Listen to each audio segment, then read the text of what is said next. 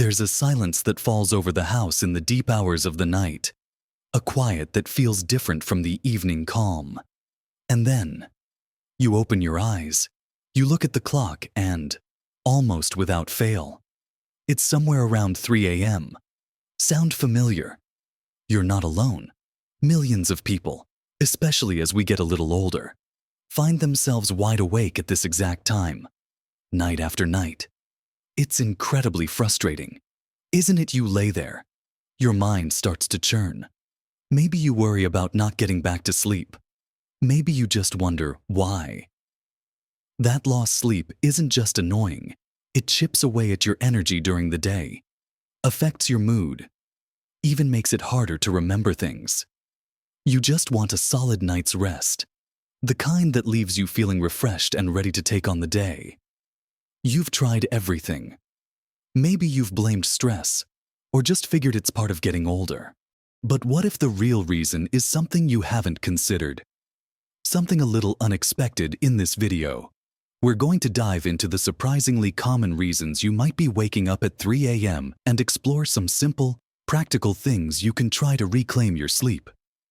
Some of the answers might genuinely surprise you, but they could hold the key to finally sleeping through the night. Make sure you watch until the very end, because there's something important we'll share that can make a world of difference. Now, let's talk about what could be happening inside your body while you're dreaming, or trying to.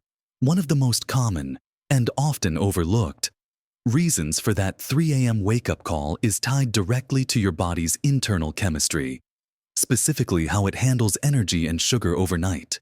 You see, your body is constantly working, even when you're asleep, a few hours into the night, typically in the early morning hours. Your body starts preparing for the day ahead in subtle ways. One crucial process is your liver releasing stored glucose, which is a form of sugar, into your bloodstream. Think of your liver as the body's pantry. It keeps energy stores ready. When you haven't eaten for several hours, like when you're sleeping, the liver taps into these stores to keep your blood sugar levels stable and provide energy for basic functions. This process is perfectly normal. However, as we get older, or if our blood sugar regulation isn't quite as smooth as it used to be, this glucose release can sometimes trigger a cascade of events. When your blood sugar levels dip a little too low before the liver releases glucose, or when the release happens a bit suddenly, it can cause a mild stress response in the body. This stress response involves the release of hormones like cortisol and adrenaline. Now, you know cortisol as the stress hormone, and adrenaline is that fight or flight hormone. Even a small surge of these hormones in the middle of the night can be enough to pull you right out of sleep. It's like your body gets a little jolt, interpreting the dip in blood sugar or the subsequent hormone release as a signal that something is wrong, that you need to be alert. And just like that, your eyes pop open, often with a feeling of slight anxiety or a racing mind, which is those hormones doing their work. This is why sometimes that 3 a.m. wake-up might feel like anxiety or stress, but the root cause isn't necessarily a stressful thought or worry. It's a physiological reaction triggered by your body's energy management system. Think about what you ate, or didn't eat, the day before, or particularly in the evening. Having a large, heavy meal close to bedtime, or conversely, not eating enough during the day or skipping dinner, can affect your blood sugar patterns overnight. Eating sugary snacks or refined carbohydrates late in the evening can cause a quick spike, followed by a crash a few hours later, right around that 3 a.m. mark, which then prompts the liver to release glucose and potentially trigger that hormone release. So, one surprising key might lie in adjusting your evening eating habits to support more stable blood sugar overnight. It's not about going to bed hungry, and it's definitely not about eating something sugary to fix it. It's about choosing nutrient-dense foods throughout the day and considering a small, balanced snack in the evening if you eat dinner early. Something with a combination of protein, healthy fat, and complex carbohydrates can help keep your blood sugar more stable. For example, A small handful of nuts and a piece of fruit, or a little bit of Greek yogurt with a few berries, or even a slice of whole grain toast with a thin layer of avocado or almond butter. This isn't a meal, just a little something about an hour or two before bed, if you feel you need it. To bridge the gap and prevent that potential blood sugar dip that could be jolting you awake, it's about providing a slow, steady release of energy rather than a quick spike and crash. Paying attention to when you eat dinner can also make a difference. Eating your last meal too close to bedtime can disrupt digestion, which we'll talk about in a moment. But eating it too early without anything afterward can also leave you with too long a fasting period overnight, potentially leading to blood sugar issues. Finding that sweet spot. Perhaps finishing dinner 3 to 4 hours before bed, and then considering that small, balanced snack if needed, can make a significant difference in keeping your body's chemistry calmer overnight. This is a gentle adjustment, not a strict diet, aimed at helping your body maintain a smoother energy balance while you sleep. Another part of your body's internal clock that might be involved is the natural rhythm of your hormones, particularly cortisol, which we just mentioned, and melatonin, the sleep hormone. While melatonin helps you fall asleep and stay asleep, cortisol follows a different pattern. Cortisol levels are naturally lowest in the evening when you're preparing for sleep, and they gradually rise throughout the night, peaking in the early morning hours to help you wake up feeling alert and ready to go. It's part of your body's natural wake-up call. However, for some people, especially as we age, this cortisol rise can start happening earlier, sometimes right around 3 a.m. It's like your body's alarm clock is set a little too early. This premature rise in cortisol can not only wake you up, but also make it harder to fall back asleep, because cortisol is a hormone that promotes alertness and reduces the production of melatonin. It's essentially working against sleep. Why might this happen?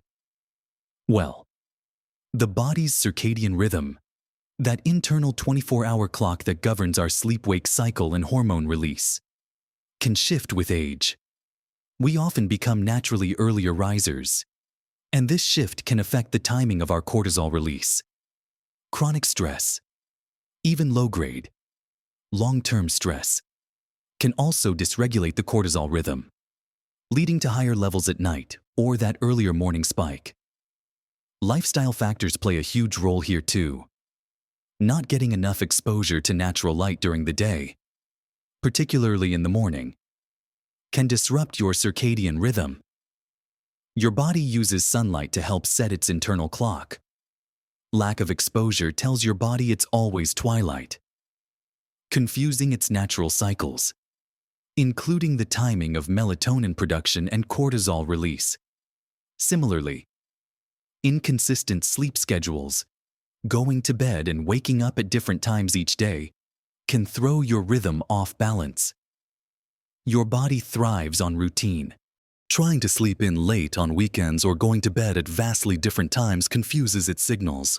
So, another crucial piece of the puzzle is supporting your body's natural circadian rhythm to ensure hormones like cortisol and melatonin are released at the right times. This isn't about taking hormones, though. Melatonin supplements can be helpful for some. Always talk to your doctor, but about simple lifestyle adjustments. The most impactful thing you can do is aim for consistency in your sleep schedule. Try to go to bed and wake up at roughly the same time every day, even on weekends. This helps anchor your circadian rhythm. Equally important is getting bright light exposure soon after waking up, stepping outside for 10-15 minutes in the morning sunlight, if possible. Signals to your body that the day has begun and helps set your internal clock correctly. If getting outside isn't feasible, sitting by a bright window or using a light therapy lamp can also help. Conversely, dimming the lights in the evening as you wind down signals to your body that it's time to prepare for sleep and helps melatonin production. These actions work together to reinforce your natural sleep-wake cycle and hopefully encourage that cortisol rise to happen closer to your desired wake-up time, not at 3 a.m. Addressing these internal rhythms, the blood sugar balance and hormone timing, provides a powerful foundation for tackling those frustrating early morning wake-ups. Now, it's not just about what's happening inside your body on a chemical level. Sometimes, the reasons you're waking up at that specific time are tied to your habits and even your state of mind, in ways you might not immediately connect to sleep. One significant factor that many people overlook is the anxiety about waking up at 3 a.m. If you've been consistently waking up at that time, you might start dreading it as you go to bed. You lie down and think, "Oh no, I hope I don't wake up at 3 a.m. again." This anticipation itself can create a cycle. That worry triggers a mild stress response even before you fall asleep or while you're in a light stage of sleep. And what does stress do? It releases cortisol and adrenaline, the very hormones we just talked about, which are designed to make you alert. So, the fear of waking up becomes a self-fulfilling prophecy. You're essentially training your body and mind to be on alert at that specific time. Breaking this cycle of sleep anxiety is crucial. It's easier said than done. Of course, when you wake up at 3 a.m. and your mind starts racing, whether with worries about sleep or other things, try not to fight it aggressively. If you lie there stressing about not sleeping, you're just activating your system further. A common piece of advice, and it's good advice, is that if you can't get back to sleep after about 15-20 minutes, get out of bed. Go to another room with dim light and do something quiet and non-stimulating, like reading a physical book. Avoid screens, listening to calm music, or doing some gentle stretching. The idea isn't to be productive, but to break the association between your bed and frustration wakefulness. Only go back to bed when you feel genuinely sleepy. This retrains your brain to see the bed as a place for sleep, not a place for lying awake and worrying.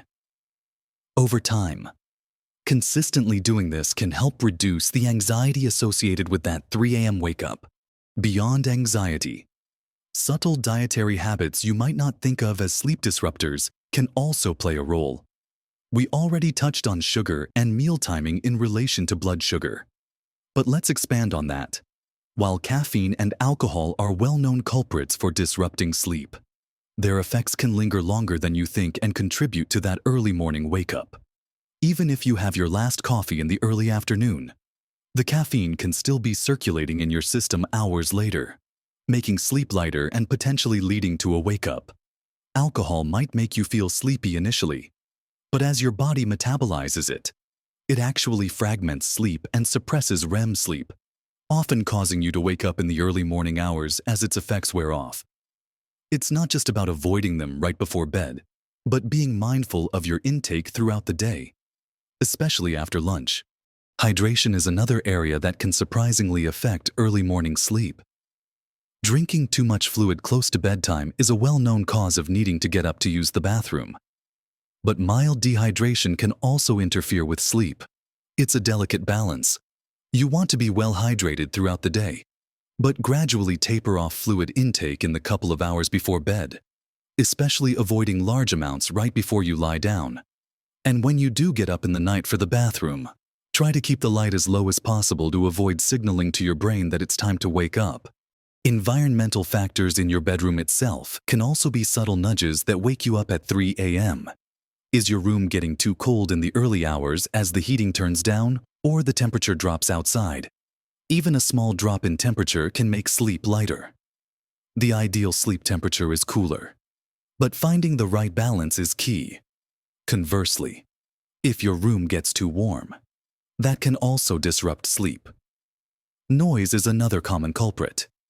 Maybe there's a refrigerator humming, a distant traffic noise that becomes more noticeable in the quiet of the night, or even your partner's snoring that reaches a certain level around that time.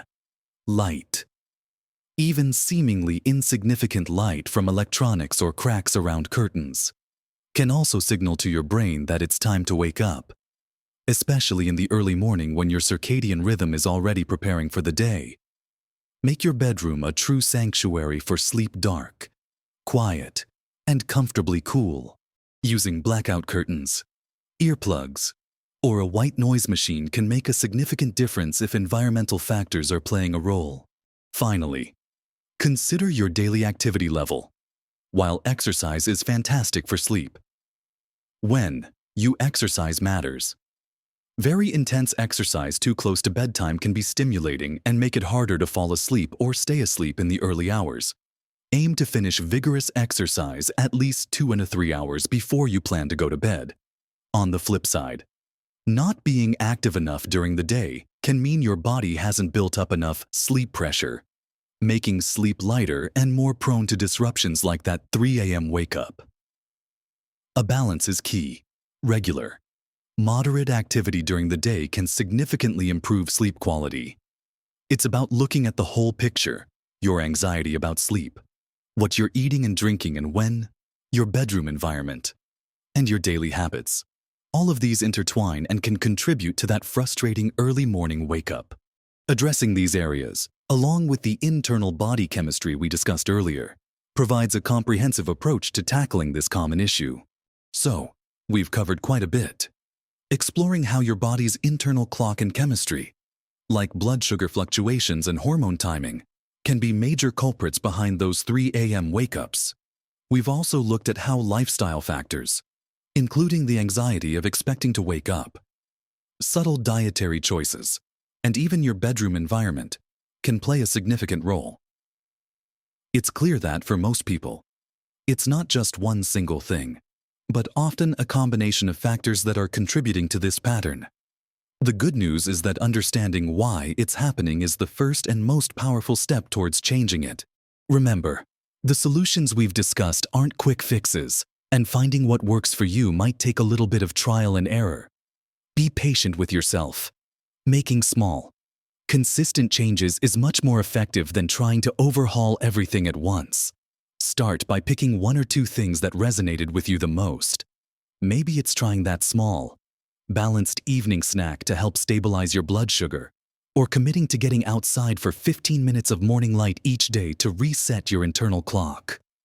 Perhaps it's focusing on breaking the anxiety cycle by getting out of bed when you wake up at 3 a.m. instead of lying there and stressing. Or maybe you'll start by making your bedroom darker and quieter. Don't feel overwhelmed. These are all simple, practical steps, but their impact on your sleep can be profound.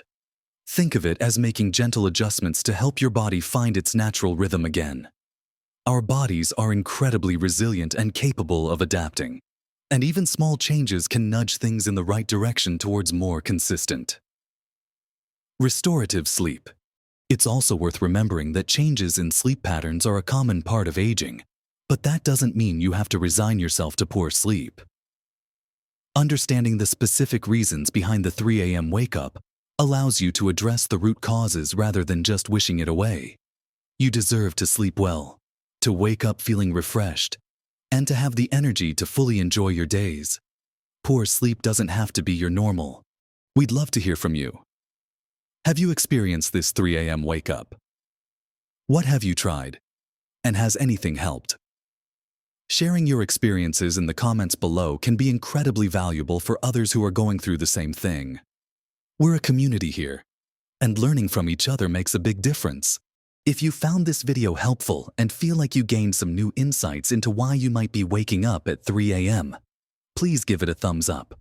Liking the video helps us know that this content is valuable to you and helps more people who are struggling with the same issue find it.